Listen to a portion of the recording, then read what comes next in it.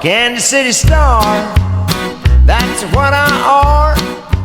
I'm here with Jordan Edwards, childhood buddy.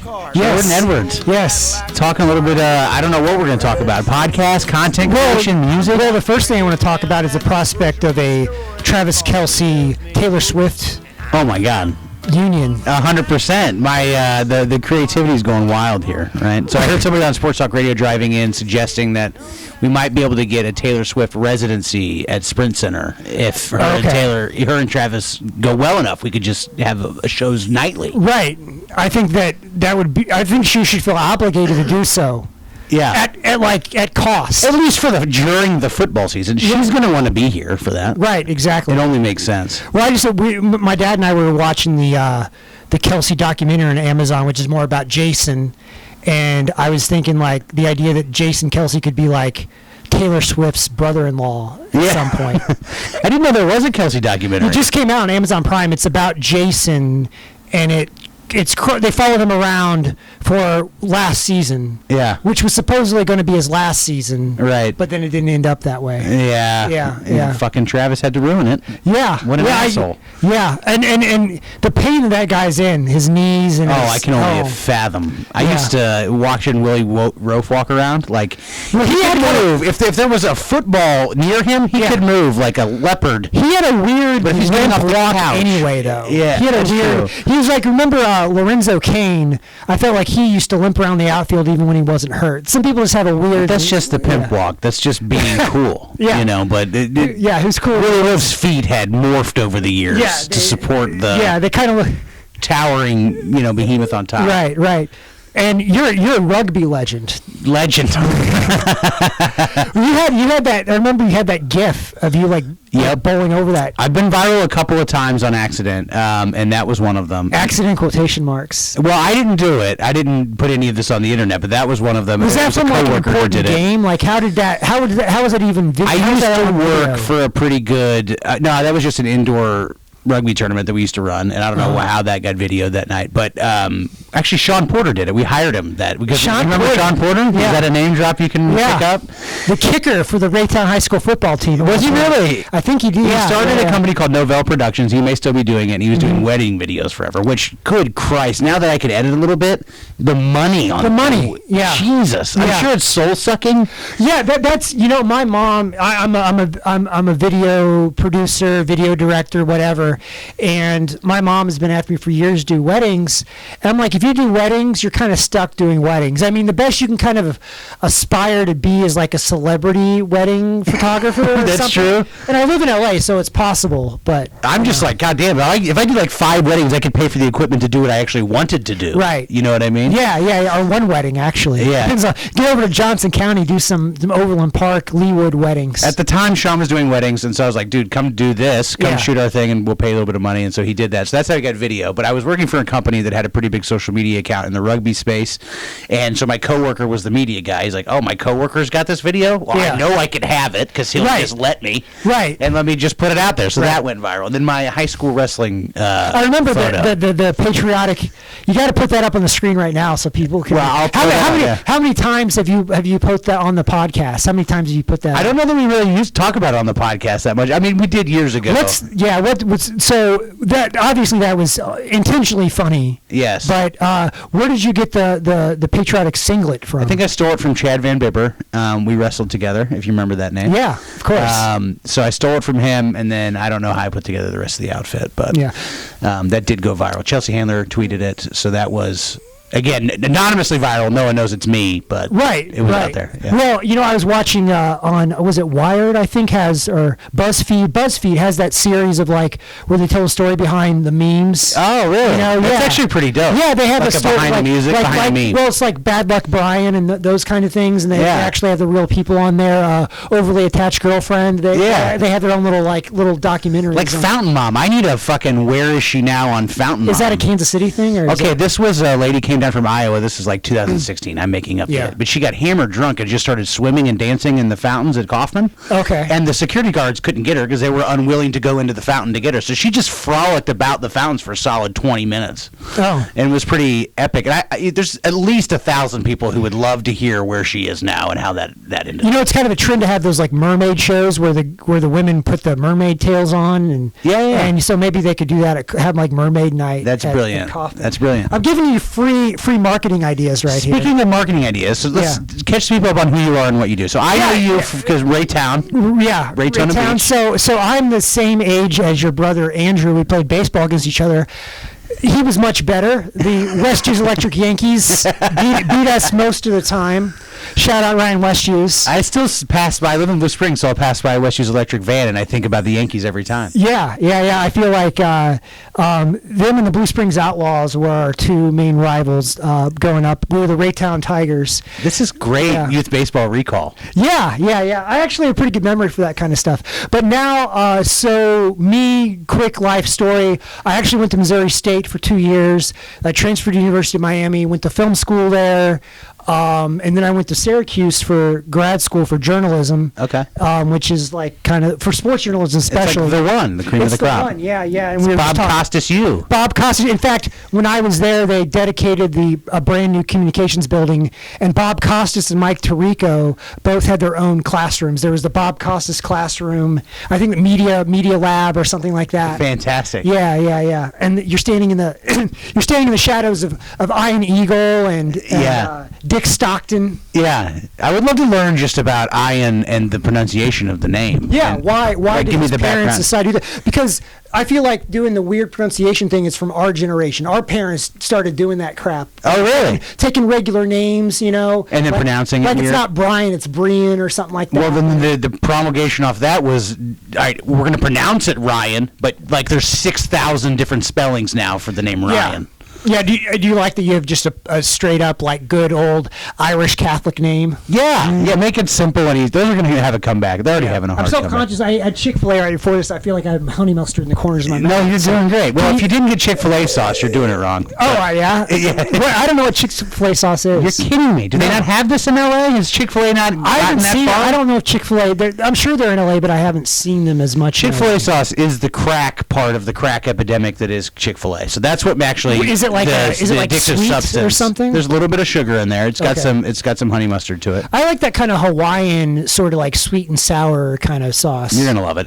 You have to. If you have a functioning mouth, you like it. Okay. So you currently now live in LA, and I was just looking at your social media. You have Jordan Edwards Studio, which I gather is the thing that you do for you. Correct. Yeah. So I do video production. I'm the kind of de facto music editor at the blog PopDust. In PopDust, I've seen this on the internet. So when I saw you connected to it, I was like, all right, there's some brand recognition here, even though I can't define what the fuck it is. Can you define what it is? So PopDust is a entertainment blog. Okay. Mostly music. It started around 2011, 2012. Early on, if you go on the PopDust YouTube channel, there's videos with One Direction and Patrick Stump from Fall Out Boy and Fifth Harmony. Had some really big stuff. And then what kind of happened is I had a friend of mine so I lived in New York for 5 years, and I became friends with this guy named Brent Butler, who was in charge of PopDust for a while. He was the editor. Excuse me. Yeah. And I started doing video for them before quarantine, like 2018, 19. And then when quarantine happened and we couldn't get bands and people in the office to do this kind of in-person thing, I started doing a podcast over Zoom like everyone else did. Right. And initially, so I was in New York City, I was in Brooklyn, which was maybe the worst place, one of the worst places in the country to be at during COVID. Because it's just so congested. It was so congested, yeah, New York was at a time like this murder, like it was horrible, right? Well, at the time, on COVID, the murder wasn't as big of a problem at the time. No, but I remember seeing visions of bodies being like carried out of buildings in New York. Yeah, well, that's what happened with COVID is that the concentration was really high, so it was not a good place to be during COVID. And so initially, at the time I was doing food videos for PopDust. I was doing like restaurant videos. I'd worked for the blog All Recipes. Okay. And I was going into like really nice, 4-star fancy New York restaurants and doing videos with the chef, like Food Network kind of stuff. And so I had these restaurant connections. And so my first guest was actually the owner of a restaurant there in New York. And it was going to be a daily podcast about life in New York during COVID, like what the different industries were doing. So the first episode was this restaurant owner. The second episode was the UFC fighter Julio Arce. I also did some video work for in the UFC world for a while. When you say video, are you shooting, editing, both? Shooting, editing, yeah. I worked for a nutritionist named George Lockhart. Okay. And he does fight week prep, or I'm sure he still does, for different fighters. So like when they're in the hotel, the day before the fight, cutting weight, he's the one who safely does the weight cut. He feeds them, he gives them snacks and what to drink, how much water to drink. I need someone to follow me around and do that, and also slap things out of my hand that I'm not supposed to. Right, yeah. So he'd do that stuff. So I knew some UFC fighters, and Julio Arce is from Queens, so he was like a local New York guy, and so I got on the podcast, and I was like, you know what? No one wants to hear a bunch of COVID updates. They want to escape. No one wants to hear about how bad COVID is. Let's get the fuck out of here. So I texted, or I DM'd Briston Maroney, who's a singer. He's in Nashville now, but I had done a video with him the year prior, so I knew him well enough to just DM him. And we did a podcast interview, and for a while I was doing daily interviews with singers and stuff, and then it became a weekly podcast.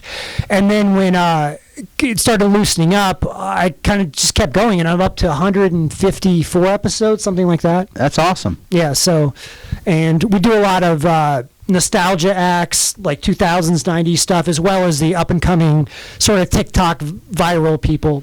That are making the music, or just the TikTok creators? That are making the music. Musicians who had gotten famous from TikTok. People like Swayco and Blue to Tiger and Jairus Johnson.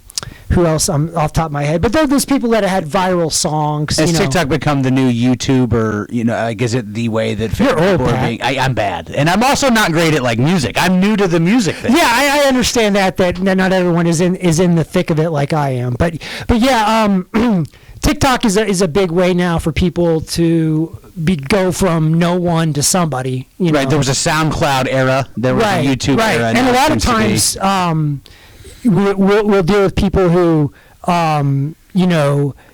got a song on there and really independently, and then got signed by a major record label. So in my head, and maybe this is, I'm expecting people to connect the dots, but like there's like a song that like gets used 7 trillion times for anything from like how to set a mouse trap. Great example. If you know the song Eurostep, which if you're on TikTok or Instagram, you've heard the song Eurostep. For sure. It was actually licensed for the ESPN NBA coverage, the past playoff thing. But I interviewed him. I did a short documentary about how that became viral. So if anyone has curiosity about how a song becomes viral, and basically what happened was he posted it, the beat became huge, and they actually had the beat done before the song was finished. Oh, okay. So they put the beat as like a teaser, him and his producer did. It went crazy, and then they're like, oh crap, can we cuss on here? Yeah, 100%. So he was like, oh shit, I have to make a song now. Yeah. And so he put the song out, and then Patrick Mahomes used it, Alex Morgan used it, Manchester United used it, and that's what really busted open. But I have a documentary on the PopDust, on PopDust.com, that kind of breaks down how that happens. That is fascinating. So this person was relatively anonymous in the music industry? They had done pretty well. They weren't on a major label. West, he's an LA guy. He's actually was a management consultant. And decided to quit and do music full time. And this is kind of his first big hit. So the New American Dream, like, the Ellen, Justin Bieber. Ellen sees you on YouTube or whatever, or her assistant does, and then they make you rich. Sure. And now it's TikTok that you hope that you can create something that Patrick Mahomes and Alex Morgan and then Manchester United, and then you're done. Right. Is there anybody who's actually done that? Has somebody like gone complete unknown to that, or this guy was a professional who was just taking a lot of it back? He was an indie. He was a rapper, still is a rapper, and he was, I would say, medium known locally. But this definitely made him big. But there's also this phenomenon where the track becomes more famous than the person who made it, and so you have to catch up. You have to catch up to your track, basically. Gotcha. So that's kind of an issue. That's fun. Yeah. So you interview a lot of artists, and it looks like you interview not just musicians, but do you interview other types? I've done a few comedians. I've interviewed for the podcast. Well, we just had Olivia Olson from Adventure Time and Love Actually fame on, along with Caitlin Tarver, brother of Drew, who people might know from Big Time Rush, and a couple other things. She was on Ballers with The Rock and stuff. So I do some comedians. I had Rachel Feinstein is a friend of mine, and she was on the podcast a while back. So it's occasionally comedian, occasionally actors, but mostly music people. So what are you driving at? What are you trying to do? What are you like? What's a goal? Well, my goal is to do this, and so the issue. My co-host is a singer-songwriter / fashion model / host actor named Demi Ramos. Hey, Demi. And so we're kind of co-hosts. We'd kind of do because I really think having a male and a female voice on a podcast or radio show is a really good combination, Sure. you know? And she's kind of a generation younger than me. And so we have like she's 10 years younger than me. So we have kind of that going on. And she's right in the middle. So kind of the angle of the podcast is she's making music. She's out there making music. And I got my name out there as a music photographer and video person. That's how I had the platform in the first place. To be able to get people to even respond to you. Exactly. I mean, that's how I was able to just messaged Briston that first time, and then I will say that I make it sound like I had those connections right away. After I did Briston, I was like, oh crap, I don't know anyone else big enough, or at least well enough to just DM them or text them. So I literally Googled music publicity, hoping to find a PR firm that represented musicians I could email, and I did. I found there's one called Girly Action that has a lot of good artists, and Surefire, who still we work with both of those still to this day, and so I did have connections, but I also had to basically kind of start from scratch.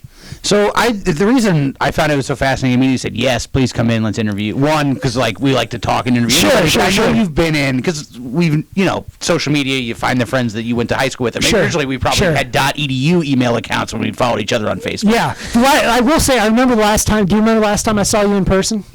No. It was about 10 or 12 years ago. We played pickup basketball. Really? And you were balling. Pat can ball. Pat's got handles. I tell you what. Hey, the Platers got a game going tonight at Raytown South if you want to get it going. I may take you up on that. The Platers are basically the Kennedys of Raytown. That's exactly how I say it. That's fantastic. I feel like if any of them ran for mayor, they wouldn't even be contested. They would just be like, yeah. Well, I got the inside scoop, the current mayor. This is his last term, so any of you guys want to line it up, yeah, let's get the campaign. I know they're all lawyers now. Well, isn't that how you get into politics? That's like the stepping stone. Yeah, I guess lawyers are some kind of like business in quotation marks. I like some of them. They have just like businessman or businesswoman as their background. Chris and Eric's, they have a practice here in Raytown, and then Jay works corporate for like Sprint or something. That's what I would imagine Jay would end up doing. Yes. Jay, and we were just talking about Jay last night. Jay was reading Stephen King books when he was in 3rd grade. Yes. If you want to get a taste of his intellect. Ahead of the curve. Yeah. So when you originally did this, I was like, you've been doing content forever. I know you have. I used to write, so I did journalism too. So we actually have a I was a print journalism major. I wasn't broadcast or anything. So I find it fascinating because just a quick, I wrote for 10 years and had this great career and was like wildly didn't know how good I had it, that I had the same job for 10 years in this industry. And like, it was treated pretty well. Yeah. Then when that ended, it was like, holy fuck, this sucks. This entire ecosystem kind of sucks. So I got a little jaded and went away for it. It's like, I'm going to do my own thing. And now coming back into it, like, I'm coming in more as like a hobbyist and excited to do it, and less like an entitled person who used to work in the industry. Yeah. And now I'm excited by how like easy it is to do everything. But if it's easy to do, and everybody can do it, and if you go on like Amazon or B&H, there's like podcasting kits. Right. And when there's kits available, you feel like, right. Yeah, and I would say that's the thing I would like to do a better job at, is creating a flavor for the show. And I think that's what you guys do such a good job at, even if there are only 50 people watching. Right.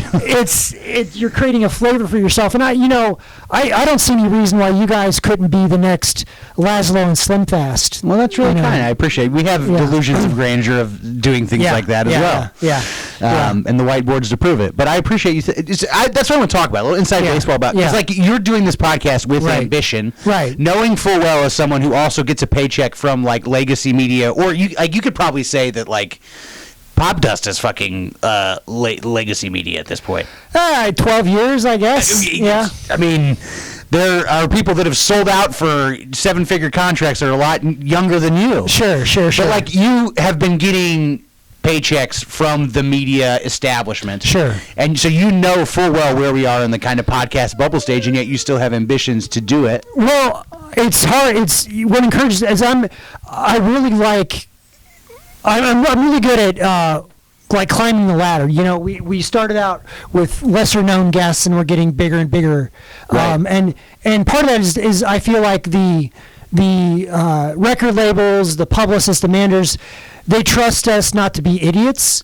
I think the one thing that separates us, Demi and I, from other podcasters is I really try not to be a kind of a dorky music blogger, kind of like, I try not to ask cliche questions, and there's certain things one thing that fascinates me, and I've had several people on who were on The Voice or America's Got Talent, and that's really interesting to me right now, is whether that helps or hurts you or does nothing. The whole competition show is fascinating to me. Sure. I've had the pleasure of, I don't know if you know the name Cassie Joy, but she was a friend of a friend, actually here in Raytown, and she did some shows, and I've kind of followed her career, and I'm like, is she better off for having done, because she's kind of caught in this little hell of, I can use my name to get gigs that pay me, but then I'm stuck doing that. Right. I wonder what, I feel like, David Cook is still getting gigs. Yeah. He got like 3 hits right out of the gate in 2009 or whatever it was. Yeah. And I don't know what he's done since then. And now Justin Guarini's peddling Dr. Pepper. Yeah. So. Yeah, that's what I'm saying. It's like and that's kind of thing that fascinates me, is those first several years of American Idol, you could become a celebrity from being on American Idol. And now. Right. And the people that I know who are successful, who are on those competition shows, sort of, it was just part of their thing. They didn't get famous because, a good example of that is Lauren Spencer Smith. She was on American Idol, and I don't want to like say for certain like how it works, but she basically said that like at a certain point when you get to like the top 5, top 4, whatever, you have to like be under contract with the whatever record label they're associated with. But she got eliminated right outside of that bubble, so she didn't have to worry about any of that. And she had her own viral song, and she got her own hit, and so she didn't have to deal with that. So her, in terms of American Idol, it was just that something she did more than something that made her famous. And I think, I was talking about Bristol Maroney earlier. He was an American Idol, and I think he barely made top 25. Yeah. But he's more of a folk kind of southern fried rock sort of guy. So he really wasn't kind of the prototypical American Idol, contestant. Sure. Yeah. Well, tell me, like, all right, so you're in LA. Sure. I imagine, like, everybody has a podcast. I don't know if we're at peak podcast mayhem, or if like it's going down. Like, if there are less podcasts now than there were 18 months ago. I don't know. Well, I do think some people have quit. I think that's probably true. Because, and I think there's like 2 ways. I think some people do like 1 or 2 episodes, and they're like, oh, this is kind of hard. And people get discouraged, and no one's watching right away, and then they quit. And then I think there were some like quarantine COVID podcasts that aren't going strong or aren't going as strong. One thing we tried to do, we were all remotes, meaning we use StreamYard and we use Zoom before that, and we're trying to do more in person like this. So what's your ratio now? Are you mostly stream? So if we're doing streams, or if we're doing remotes over Zoom or StreamYard, it's got to be a name brand person. Like we just interviewed, we just did Yellow Card, we just did Code of the Friend. Right. So it has to be like someone that's more recognizable to do the remote thing. And we get enough people in LA now because that's the music industry. That's why I moved to LA. Is the music after COVID. There's still record labels, still enough. Threatening to kick my boss's ass to get paid. I should probably look for another job, and that's how I ended up in rugby. But did you write for like Rugby Illustrated or like Rugby Magazine? Rugby Magazine. When I first started writing for them, they were actually on the shelves in Barnes and Noble. Believe it or not. Yeah. So that was actually kind of. Do they have a magazine section at Barnes and Noble anymore? That's a great question. I have no. They do at the Price Chopper on 7 Highway. I can tell you that much. One thing I would like to do is I want to make like a zine of like my music photography with my interviews next to them. So that's really that's kind of cool what idea. that's kind of the project I'm kind of working on. I think that's a really fun idea. Yeah. And I don't know legally how I'd be able to publish that, but I at least want to like make it a PDF, because I like looking at PDFs, like the magazine style PDFs, with the ads and everything. So that's kind of something we're working on. Just you do the podcast, you work for PopDust. Do you also are you still making movies? Do you do documentaries? Is that still something that interests you? Or yeah, I do mostly music videos, visualizers for artists. Okay. That's a big thing, is the visualizers. What do you mean by visualizers? So if you don't want to make a whole music video with like dancers and all sets and stuff, you can do a visualizer, which is like something really simple. Like it could just be somebody walking down the street and it has the lyrics underneath. It's basically something for YouTube, because a lot of people listen to music on YouTube now. So it's basically just like the background visuals for when you're listening to music on YouTube. Oh, okay, I got Kind you. of like if you go on Spotify and you play a song and there's like a little video loop that plays. It's kind of like that. I understand. That makes all the sense in the world. Yeah.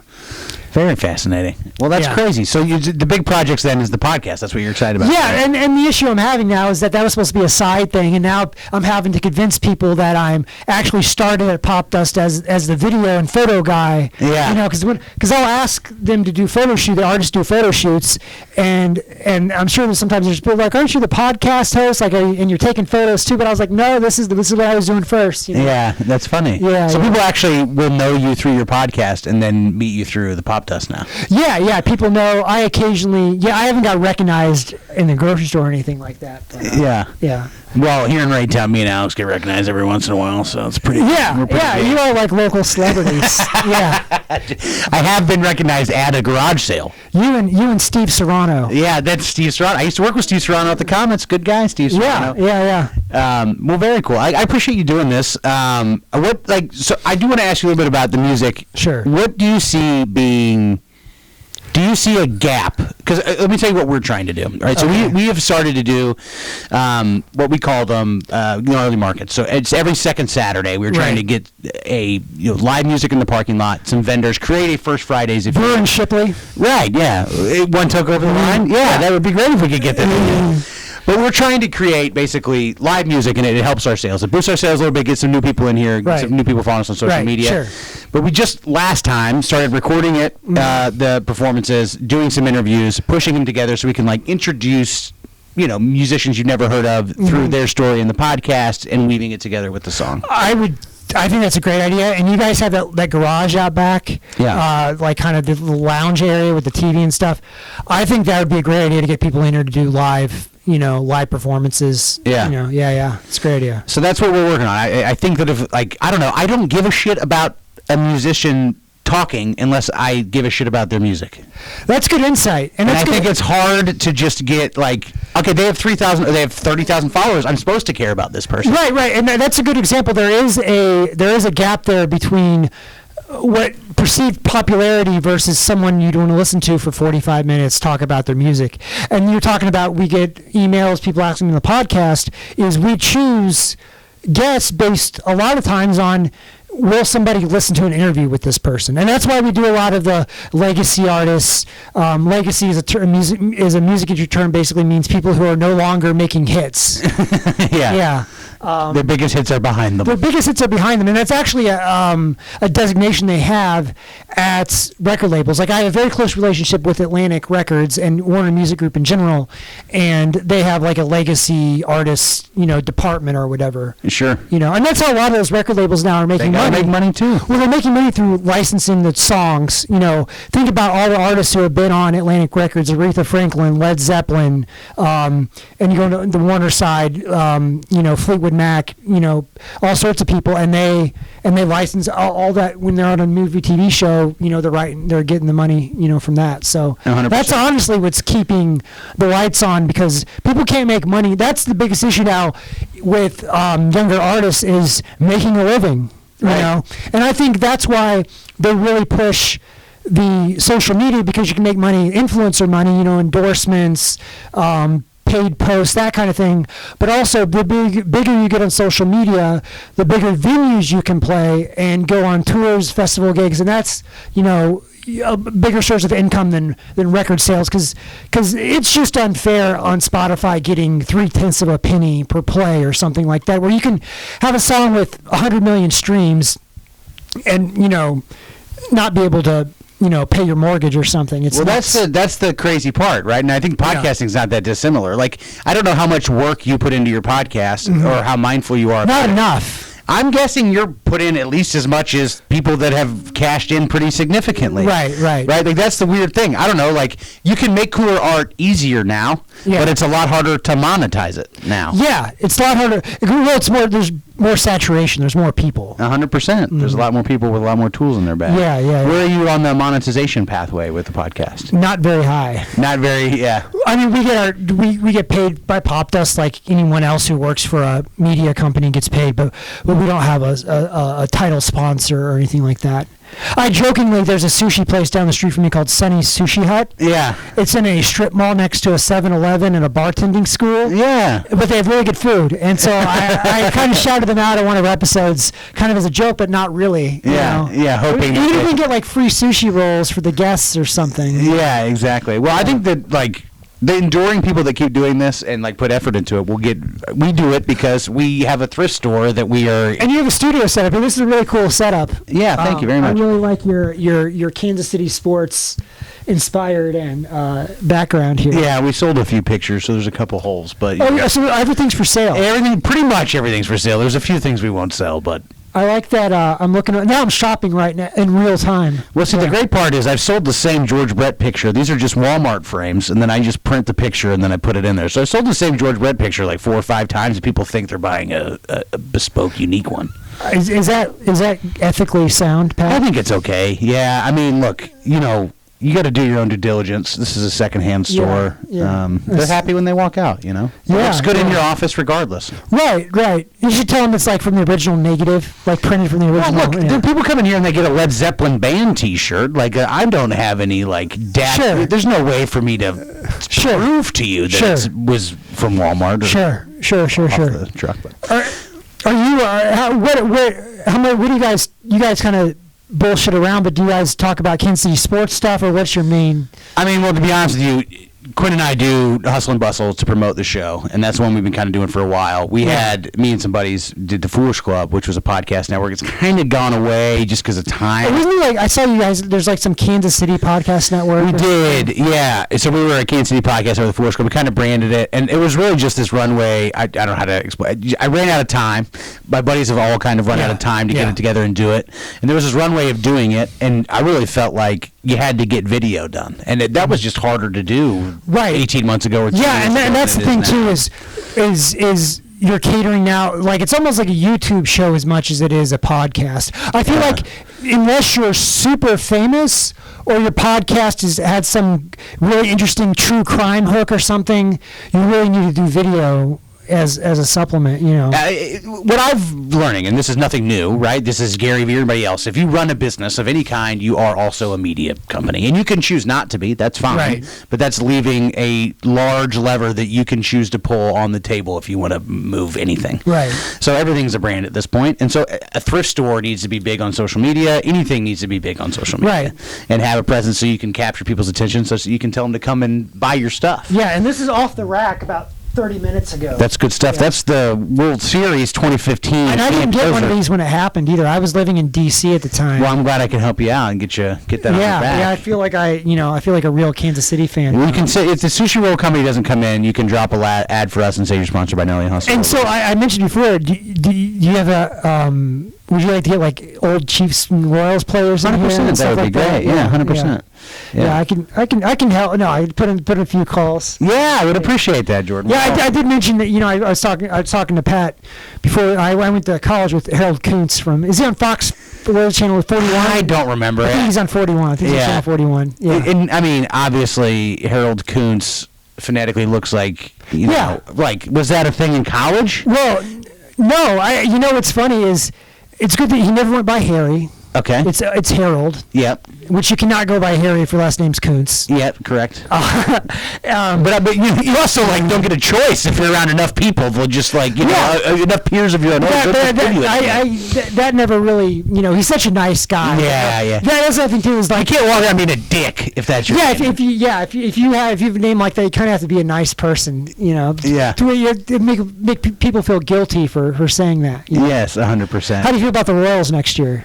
I know nothing. I mean, they're awful, right? So I know nothing. Oh, you're not a huge baseball fan. No, I'm not. What do you pay attention to most sports-wise? Chiefs is it. Honestly, I'm a rugby guy, but that's like anything. If it's your work, you're not like. You know what I got into during quarantine? I know it's not the same thing. I know you hate is Australian rules football. Oh, that's a great game though. But because COVID hit Australia later. Yeah. And so the Australian rules football season kept going, and they'd play the matches, or I guess they're matches or games or whatever, at like 2 and 3 in the morning, New York time. Yeah. And so I'd stay up and watch, and I got to where I knew what was going on, I knew the players. Like the biggest star in Aussie rules football is this 6'10" guy who played basketball at Oklahoma State and somehow ended up in Australia playing Aussie rules football, and he's real good at it because he's so big.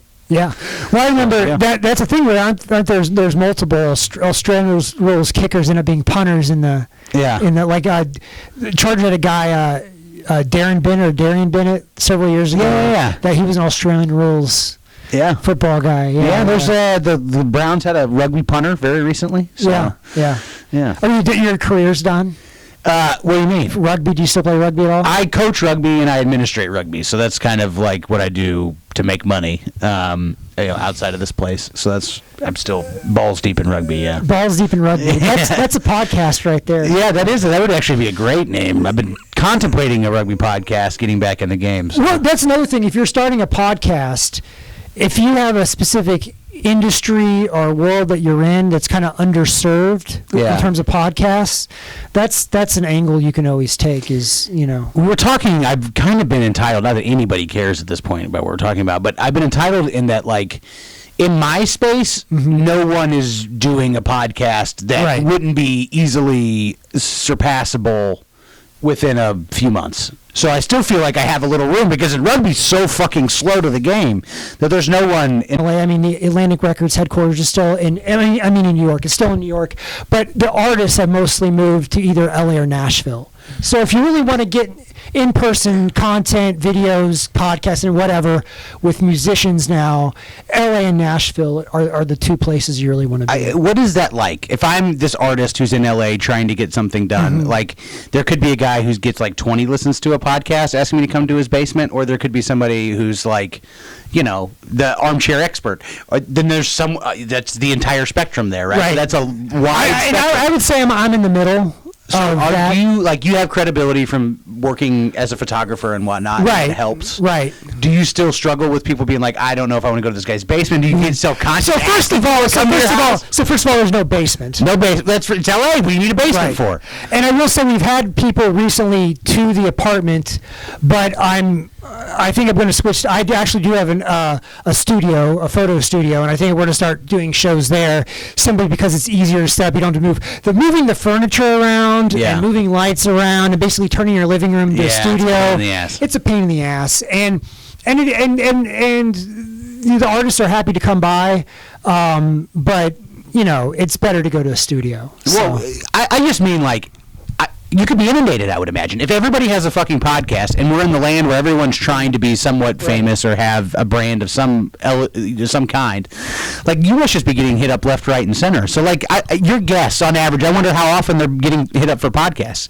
In Kansas City, if you're podcasting, like, you can interview your aunt, your uncle. If you have a connection to a famous person, maybe. But if I'm in LA and I'm like, I'm going to have a podcast, I might have the reasonable delusion that I can just interview these celebrities that are around here. Yeah. I don't know. I just it's kind of a climbing a ladder situation. Like I said, when I started this in the spring of 2020, and even at the beginning, we were having people like indie people, people who are like barely famous enough, who are like just famous enough to have a Wikipedia page, or just famous enough to have a blue check by their name back when blue checks actually counted for something. Before you bought your blue check.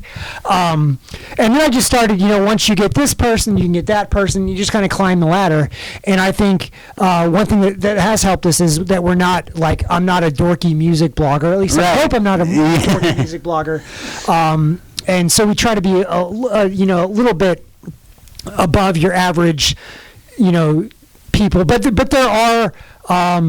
when I interview someone for a podcast, they're doing at least half a dozen other shows, you know, and it's usually to promote a single, an album, whatever. So when we try to book somebody, we're looking for name recognition, audience, and then how rare are their interviews? Do they do a lot of interviews? And if not, then let's do it because they have fans who are searching for interviews, and if we're one of 3 people that have them, I got a great. I have a really good relationship with Epitaph Records, and some other people, and so they send me people, and so that's what it is. It's about having a relationship with the record labels, and they know that when their artist is going to your podcast, that they're gonna, that they're going to get asked good questions, that it's going to be worth their time. Right. And PopDust has enough name recognition that people know what it is and stuff like that. How much of the value for them is the end product, is the actual content? I would say depends on what the podcast is. A good example, and I'm making this up. Maybe they don't feel this way at all.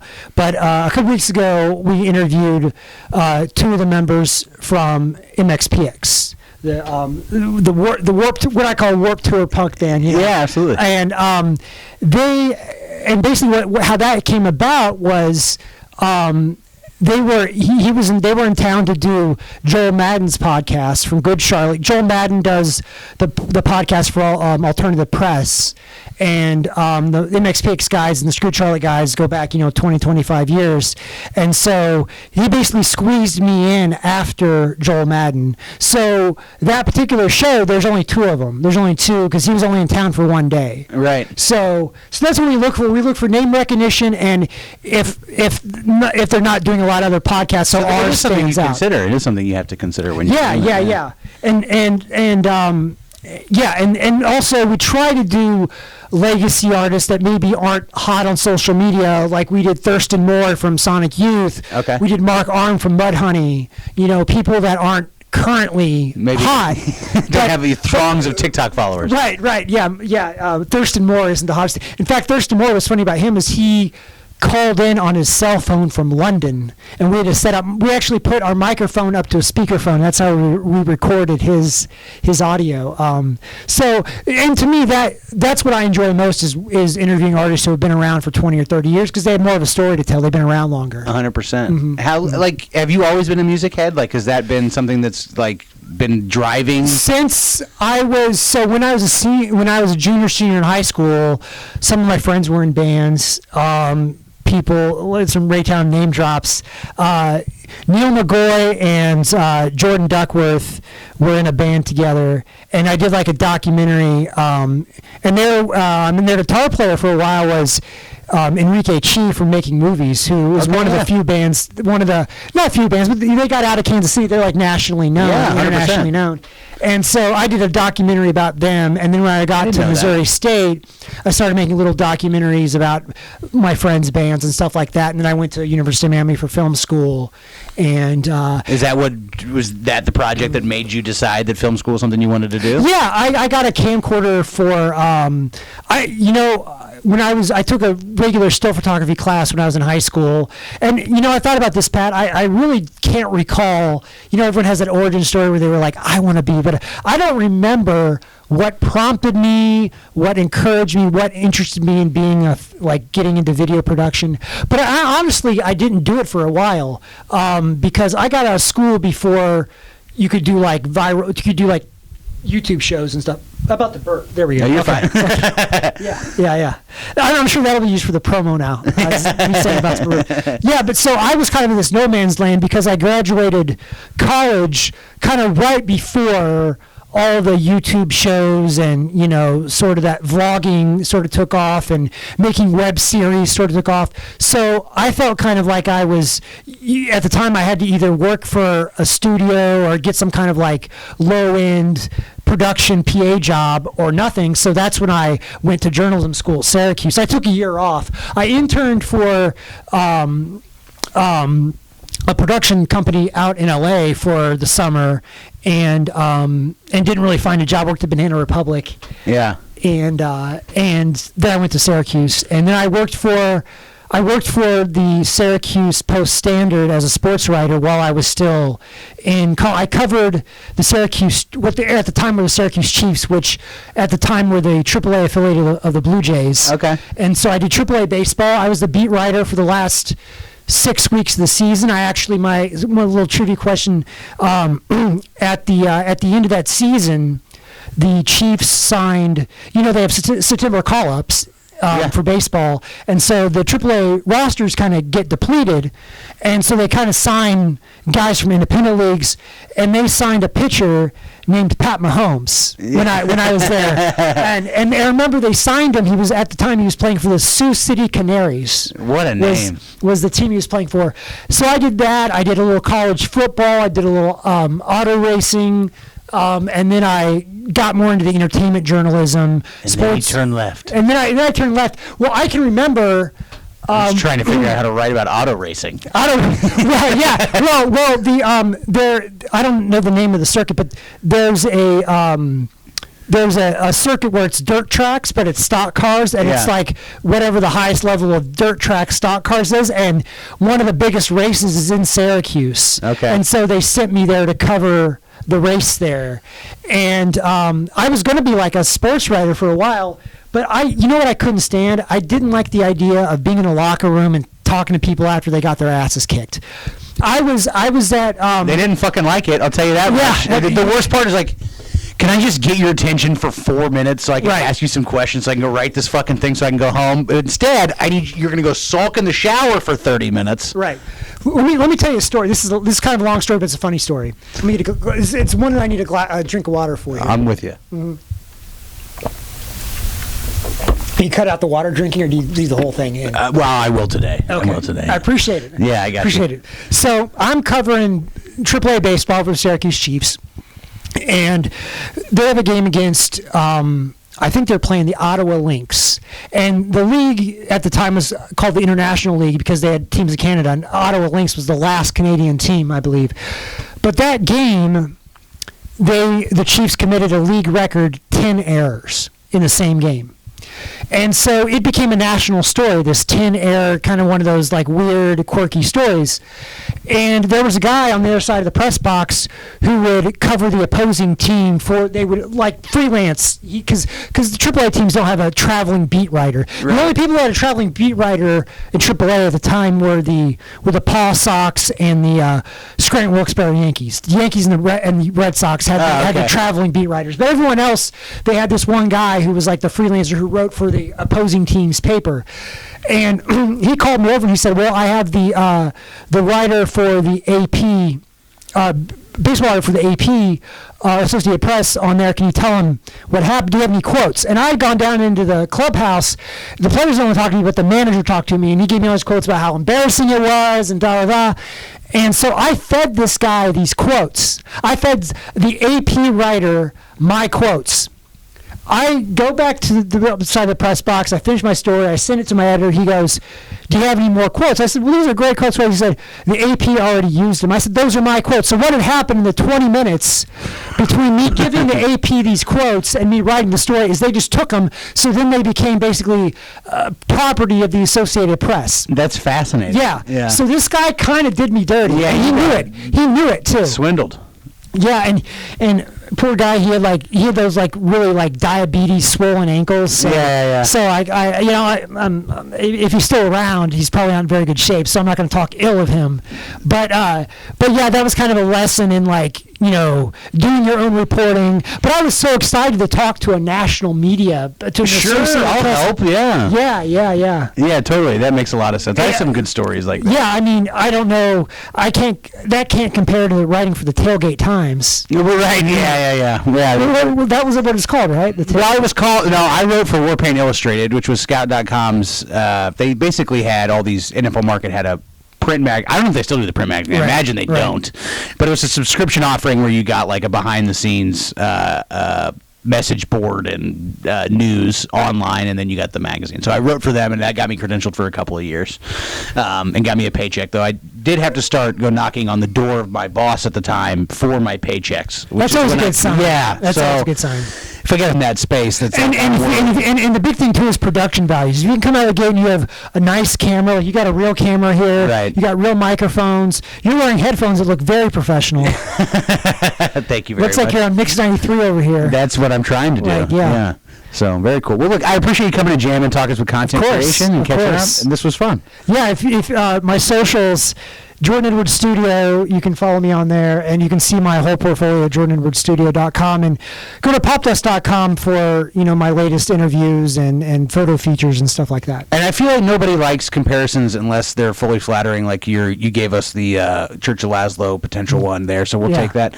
But like, who's the obvious famous photographer? Sam Jones? Who's the guy? Sam Jones is a celebrity photographer. Honestly, it's gone celebrity photographer to podcaster. It's funny you say that. He was kind of inspiration. That's kind of where I got the general idea. Was like, he's a celebrity photographer. He mostly does actors. Right. In fact, his podcast is all actors. And so that's where he had the in. I was like, I have access to musicians, But I will say in general, even a lesser known actor is going to get more eyes and ears than most, musicians up to a certain point. Yeah. So that makes sense. Yeah. Fair enough. Well, cool. Well, check out Jordan, all the stuff he does, and come back and check out more of the shit that we do too. Yeah, thanks. Oh, thanks a lot. Kansas City Star, that's what I are.